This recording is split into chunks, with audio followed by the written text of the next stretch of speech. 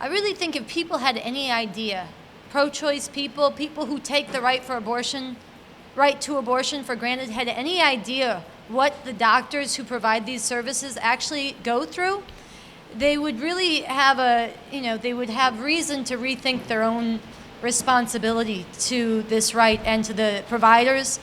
And I think this is the other part of what we have to share that we heard tonight. I remember at Dr. Tiller's funeral, somebody told the story of Dr. Tiller after he was shot in both arms in the 90s.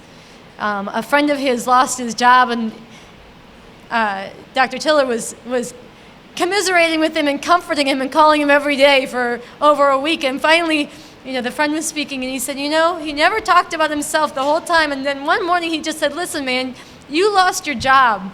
I lost my freedom.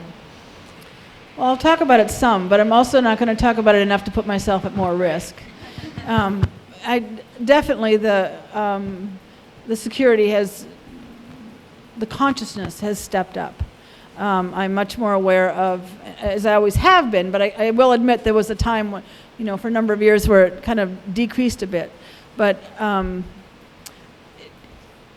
every time you turn this key on in the car, you wonder if it's going to blow up.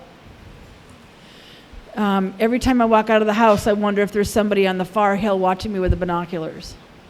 Every time I come into the back of the clinic, I wonder if there's somebody up in the apartment buildings above watching down at the entrance, and when I get out of the car, what I'm doing.